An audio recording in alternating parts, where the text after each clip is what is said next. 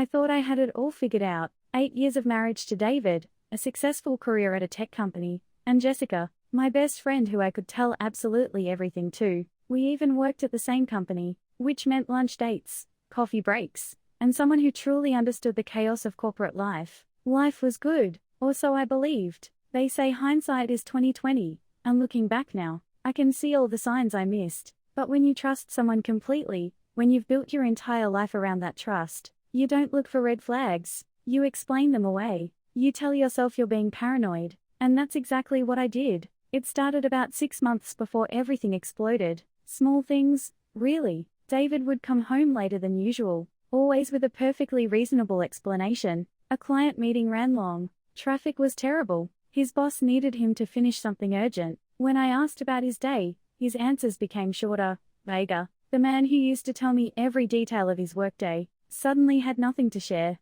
Our bedroom grew colder too, and I don't mean the temperature. The intimacy we once shared started fading like a photograph left in the sun. When I tried to initiate, he'd claim he was exhausted. When I suggested date nights, he'd agree enthusiastically, but somehow always had to cancel at the last minute. I watched the man I married slowly become a stranger, and the worst part was, I blamed myself. Maybe I wasn't attractive enough anymore. Maybe I was too focused on my career. Maybe I was boring. These thoughts consumed me during sleepless nights. While David slept peacefully beside me, his phone always face down on the nightstand. Always. That phone became a source of obsession for me. He never left it unattended anymore. It went everywhere with him, even to the bathroom. The notifications were silenced. When it did ring and I was nearby, he'd glance at the screen and either ignore it or walk into another room to answer. Normal behavior for someone with nothing to hide, right? That's what I kept telling myself. I needed to talk to someone, and naturally,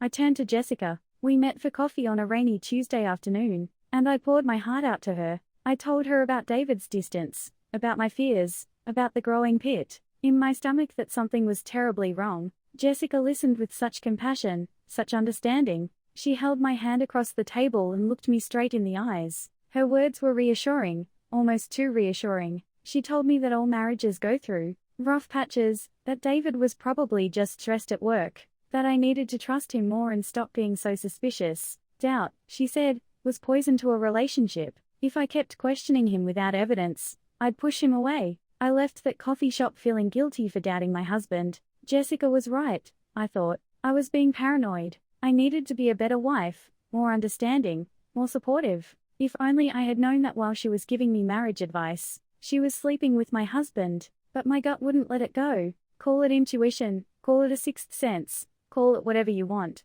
Something inside me screamed that I wasn't crazy, that my concerns were valid. I started paying closer attention, not to spy, but to understand what was happening to my marriage. David had always been a good dresser, but suddenly he was extra conscious about his appearance. New cologne, a different hairstyle, hitting the gym religiously when he'd previously made excuses to skip workouts. He'd leave for work earlier and come home later, always smelling fresh, never like someone who'd been sitting in an office all day. The real kicker was his mood. He was happier, lighter, more energetic than he'd been in years, just not around me. The moment he walked through our front door, it was like a switch flipped. The smile would fade, the energy would drain, and he'd become the tired, distant husband I'd grown accustomed to. But I'd catch glimpses sometimes, when he didn't know I was watching. A text message would light up his face with a genuine smile I hadn't seen directed at me in months. I found myself doing something I never thought I'd do, something that made me feel pathetic and small. I started checking the mileage on his car. I noted what time he said he was leaving work versus when he actually got home. I became a detective in my own marriage, and I hated myself for it, but I also couldn't stop. Jessica continued to be my rock during this time, or so I thought. She'd invite me to lunch, ask about David, offer advice. She'd tell me stories about her own dating struggles, about how hard it was to find a good man like David, how lucky I was to have him, how I should appreciate him more. December arrived with its usual chaos. The company holiday party was scheduled for the third Friday of the month, and for once, David seemed genuinely excited about us attending together. He even suggested we should leave early to get ready, maybe grab dinner before the party. It felt like old times, and I allowed myself to hope that maybe things were turning around. The party was held at an upscale hotel downtown, the kind of place with marble floors and crystal chandeliers that made you feel like you should be in a movie. The company had rented out the entire ballroom, and by the time we arrived, it was already packed with colleagues in cocktail dresses and sharp suits, all pretending they liked each other more than they actually did. David got us drinks, and we made our rounds, making small talk with people we barely knew outside of email chains. Jessica was there too, stunning in a red dress that turned heads. She hugged me warmly, complimented my outfit, and chatted with us for a few minutes before floating off to mingle with other groups. Everything seemed normal, perfectly normal. About an hour into the party, I excused myself to use the restroom. The main bathrooms near the ballroom had a line, so I headed down a corridor toward the ones by the meeting rooms, an area of the hotel that was quieter, dimmer. My heels clicked against the marble. As I walked, the sounds of the party fading behind me. That's when I heard it. Laughter. Low, intimate laughter coming from the direction of the emergency stairwell. I recognized that laugh immediately. I'd been married to it for 8 years. David. Something made me stop. Some instinct made me move quietly, carefully, toward that half-open door. What I saw through that narrow gap changed everything. David and Jessica were pressed against the wall, her hands on his chest, his arms around her waist. They weren't kissing in that moment, but the intimacy between them was undeniable. This wasn't a friendly hug. This was the embrace of two people who knew each other's bodies, who had history, who had secrets. I couldn't hear everything they said, but I caught fragments. David's voice, low and warm in a way it hadn't been with me in months, saying something about later tonight. Jessica laughing, that same laugh she'd used when I'd confided in her about my marriage problems, saying my name, saying I had no idea, saying I was clueless. My heart wasn't just breaking, it was being torn apart, shredded, destroyed. The two people I trusted most in this world, the two people I would have bet my life on, were betraying me in the cruelest way possible, and they were laughing about it. I could have confronted them right then. Part of me wanted to burst through that door and scream, to let every ounce of my pain and rage explode, but something stopped me. Maybe it was shock,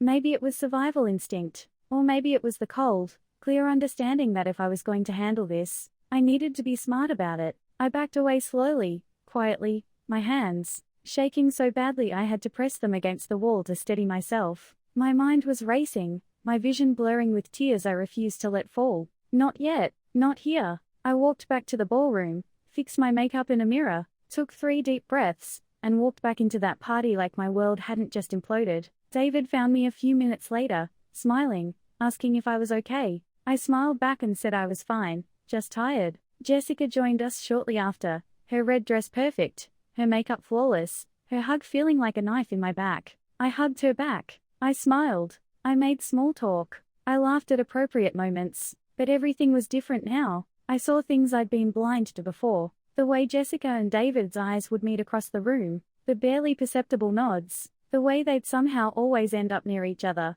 but never too obviously. They'd perfected this dance, this elaborate performance, and I'd been the only one who didn't know it was a show. David suggested we leave around 10, claiming he was tired. On the drive home, he talked about the party, about funny moments, about co-workers. He seemed relaxed, happy even. I responded mechanically, my mind elsewhere, already planning my next move. When we got home, David said he was exhausted and headed straight to bed. I told him I'd be up in a few minutes. I just wanted to unwind with some tea. I heard him get into bed, heard his breathing eventually even out into sleep, and then I made my move. David's laptop sat on his desk in our home office, the screensaver showing a photo from our honeymoon, Hawaii, 8 years ago, when we were happy, when he loved me. Or did he?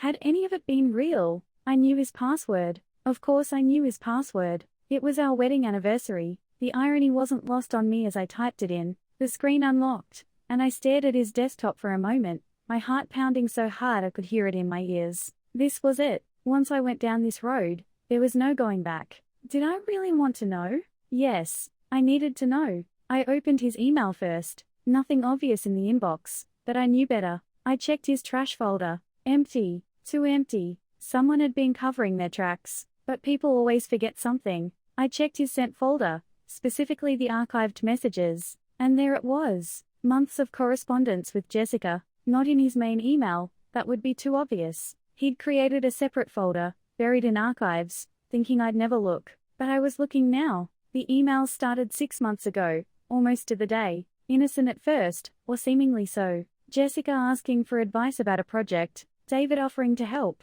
Then lunch meetings. then after work drinks, then messages that made me feel physically sick. I need you. I can't stop thinking about you. Tonight was incredible. I wish we didn't have to hide. When are you going to leave her? That last one hit me like a physical blow. When are you going to leave her? Me. They were talking about leaving me. This wasn't just an affair. They were planning a future. Together. I kept digging, my hands shaking but my resolve hardening. I opened his messaging app. More evidence. Photos. Conversations that revealed a timeline I hadn't known existed. 6 months ago, Jessica had come to our house for dinner. She'd seemed upset, said she needed relationship advice. I'd opened a bottle of wine, ordered Thai food, and spent 3 hours listening to her talk about how lonely she was, how hard it was to find someone who understood her. David had been sympathetic, kind. He'd even offered to set her up with some of his single friends. According to their messages, that was the night she confessed her feelings to him. That was the night it started.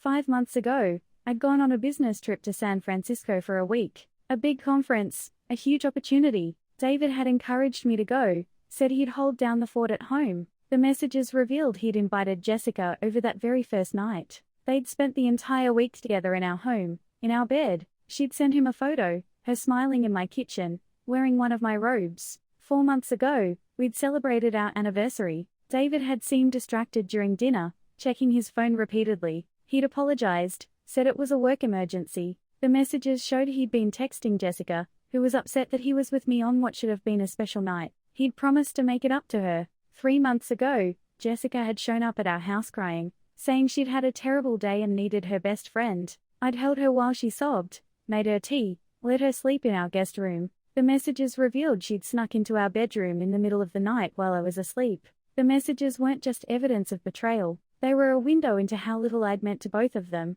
They'd discussed me like I was an obstacle, an inconvenience, something to be managed. Jessica had written about how guilty she felt sometimes, but not guilty enough to stop. She'd written about how she hated lying to me, but she loved David more. She'd actually written that she loved him more than she valued our friendship.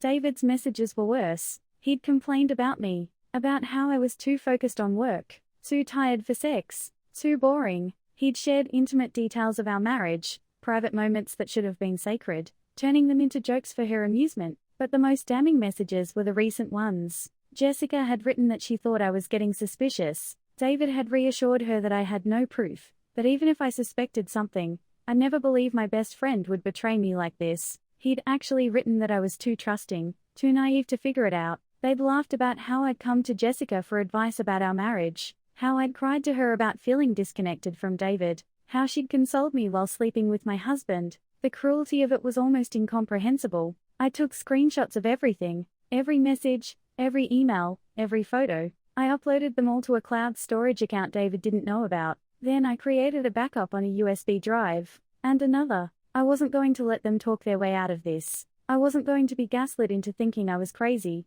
By the time I finished, the sun was starting to rise. David was still asleep upstairs, probably dreaming about Jessica. I sat at that desk, looking at 8 years of marriage reduced to evidence files on a computer screen, and something shifted inside me. I wasn't going to cry. I wasn't going to beg. I wasn't going to give them the satisfaction of seeing me broken. They wanted to make a fool of me. They wanted to laugh at how clueless I was. Fine, let them think they'd won. But I was going to have the last laugh. I spent the weekend being the perfect wife. I smiled. I cooked David's favorite meals. I was sweet and accommodating. I even texted Jessica, asking if she wanted to meet for brunch on Monday. She responded immediately, saying she'd love to, that she'd missed me. The audacity was almost impressive. On Monday morning, while David was in the shower, I called a divorce attorney, a good one, recommended by a colleague whose husband had cheated. I had a consultation scheduled for that afternoon. I also emailed HR, requesting a meeting to discuss a sensitive workplace issue. They responded within the hour, but I wasn't done, not even close. I wanted them to understand what they'd done. I wanted everyone to understand, and I knew exactly how to make that happen. That evening, I suggested to David that we host a small dinner party that Friday. Just a few people from work, I said. Nothing fancy, just some friends. We could invite Jessica, Mike from my team, a couple of others. Wouldn't that be nice? David agreed immediately. He probably thought everything was back to normal, but his paranoid wife had calmed down. Jessica accepted the invitation enthusiastically, offering to bring wine. The irony of her bringing wine to my home, where she'd slept with my husband in my bed, wasn't lost on me. I spent the week preparing, not just the dinner, but everything. I met with the divorce attorney and gave him all the evidence. He assured me it was more than enough. I met with HR and filed a formal complaint about the affair, providing documentation of how it had created a hostile work environment for me. The company had strict policies about workplace relationships, especially ones involving married employees. I also set up something special for the dinner party. I connected my laptop to our living room TV. I created a presentation, a timeline really, of David and Jessica's affair, screenshots, dates, messages, everything organized chronologically, undeniable and devastating. Friday arrived. I cooked an elaborate meal, salmon, roasted vegetables, a beautiful salad. I set the table with our wedding china. I put on a nice dress and did my makeup. I looked perfect, composed, in control. David commented on how good I looked, how happy I seemed. I smiled and thanked him. The guests arrived right on time. Jessica came in with 2 bottles of expensive wine and a hug. Mike arrived with flowers. Others filed in, all smiles and small talk. We ate dinner, drank wine, laughed at appropriate moments. It was a lovely evening, perfectly normal, until it wasn't. After dessert, as everyone relaxed in the living room with coffee and after-dinner drinks, I stood up. I clinked my glass to get everyone's attention. The room quieted, faces turned toward me with friendly curiosity. I told them I had something important to share, something I'd recently discovered that had changed my life. David looked slightly confused but not alarmed. Jessica's smile was frozen on her face, but I saw the first flicker of fear in her eyes. I picked up the TV remote and pressed play. The screen came to life with the first screenshot, a message from David to Jessica from 6 months ago. The room went silent. I clicked to the next slide, then the next. The chronological documentation of their affair played out on our living room TV for everyone to see. I watched Jessica's face drain of color. I watched David stand up, his mouth opening and closing like a fish out of water. I watched our guests' expressions shift from confusion to shock to understanding to horror. I let the presentation play for several minutes before I paused it. When I spoke, my voice was calm, steady, almost conversational. I told them everything. How I'd discovered the affair at the holiday party, how I'd found months of evidence on David's laptop, how my best friend had consoled me about my marriage problems while actively destroying my marriage, how they'd used our home, our bed, our trust against me. I explained that I wasn't sharing this for sympathy. I was sharing it because I'd learned an important lesson, one I thought they should hear too. The people closest to you can hurt you the most. The ones you trust completely are the ones who have the power to destroy you. But here's the thing, they only destroy you if you let them. I told David that divorce papers would be served on Monday. My attorney already had everything. I told Jessica that HR would be receiving a formal report first thing Monday morning, complete with documentation of how their affair violated company policy. I'd already consulted with a lawyer about that too. A workplace affair between employees was grounds for termination, especially when one party used their position to facilitate the relationship. I told our guests that I'd invited them here not to humiliate David and Jessica, though that was certainly a bonus, but to show them what betrayal really looks like, to show them that the victims of affairs aren't weak or stupid,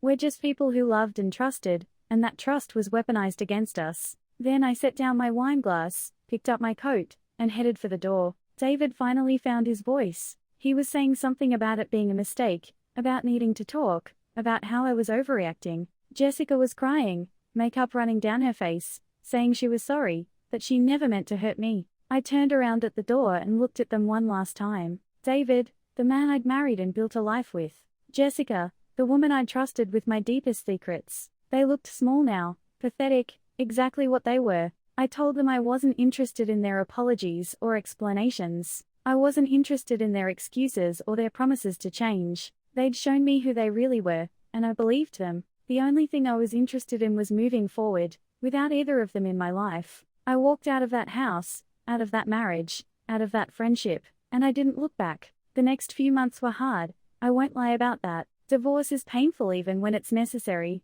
Losing a best friend hurts even when she doesn't deserve your tears. There were nights I cried, mornings I didn't want to get out of bed, moments when I questioned everything about myself. But I also found something I'd lost, myself. The real me, not the version I'd twisted myself into trying to save a marriage that was already dead. Not the friend who'd been so afraid of being alone that I'd ignored every red flag. I got the divorce. David didn't even fight it. The evidence was too overwhelming. Jessica lost her job. The company's policy on workplace affairs was clear, and they enforced it. I heard through the grapevine that David and Jessica tried to make their relationship work after everything imploded, but it fell apart within weeks. Turns out a relationship built on lies and betrayal isn't a solid foundation. Who knew? 3 months after that dinner party, I accepted a job offer at a competitor. Better position, better pay, better everything. I moved to a new apartment, smaller than the house I'd shared with David but entirely mine. I decorated it exactly how I wanted. I ate dinner when I wanted. I watched what I wanted on TV.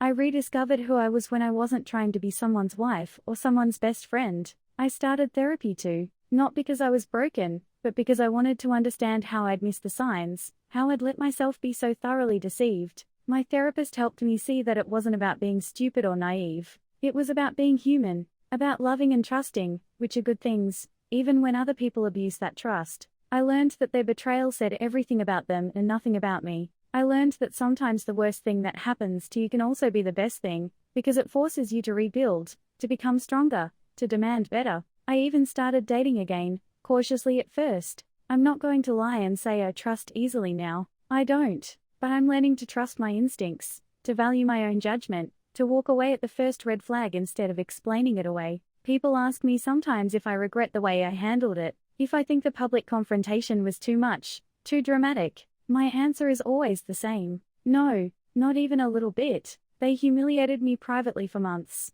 They laughed at my pain, mocked my trust, treated me like I was too stupid to deserve the truth. The public exposure wasn't revenge. It was justice. It was me taking back my power, my narrative, my life. If you're watching this and you see yourself in my story, if you felt that gut feeling that something is wrong, if you've been told you're paranoid or too sensitive or imagining things, please listen to me. Trust yourself. Your instincts are there for a reason. You're not crazy. You're not oversensitive. You're not imagining it. And if you discover that your worst fears are true, if you find yourself facing betrayal from the people you love most, know this: you will survive. It will hurt. God, it will hurt, but you will get through it. And on the other side, you'll find something precious. Yourself. Your strength. Your worth. You deserve people who honor your trust. You deserve relationships built on honesty. You deserve better than lies and betrayal, and you have the power to demand that, to walk away from anything less, to build a life that reflects your worth. My name is Emily,